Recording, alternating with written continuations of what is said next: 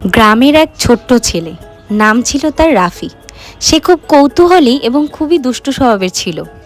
সে নাচতো, গাইতো, পাখিদের মতো আনন্দ করে বেড়াতো, যেন তার কোনো চিন্তাই নেই। একদিন সে বাজারে ঘুরতে ঘুরতে একটি অদ্ভুত দোকানের সন্ধান পায়।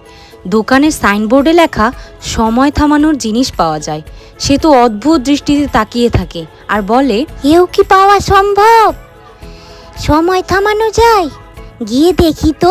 ভাবতে ভাবতে সে দোকানের সামনে চলে গেল। দোকানের সামনে গিয়ে বৃদ্ধ লোকটির সাথে কথা বলতে লাগলো।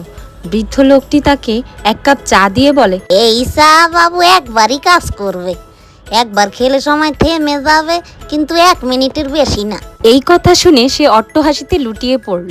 সে ভাবলো এগুলো মজা করছে। সে চাটি খেয়ে দেখে সত্যিই অবাক দৃষ্টিতে দেখছে সামনে চলাচল করা মেয়েটি স্তব্ধ হয়ে গেল। তার পাশে থাকা পাখিটি যেটা নড়াচড়া করছিল সেটাও যেন বন্ধ হয়ে গেল। কিছুটা ভয় পেয়ে আবার দুষ্টুমি ফোন দিয়ে আটতে থাকলো। সে মিষ্টির দোকানে গিয়ে বিনা পয়সায় মিষ্টি খাওয়া শুরু করলো এবং কিছু মিষ্টি সে পকেটে পুরে নিল।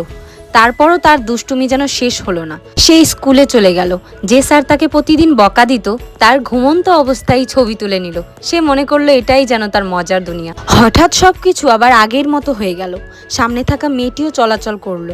সে থেমে থাকা সময় থেকে আনা মিষ্টিটি খাওয়ার চেষ্টা করছিল, কিন্তু খেতে পারল না।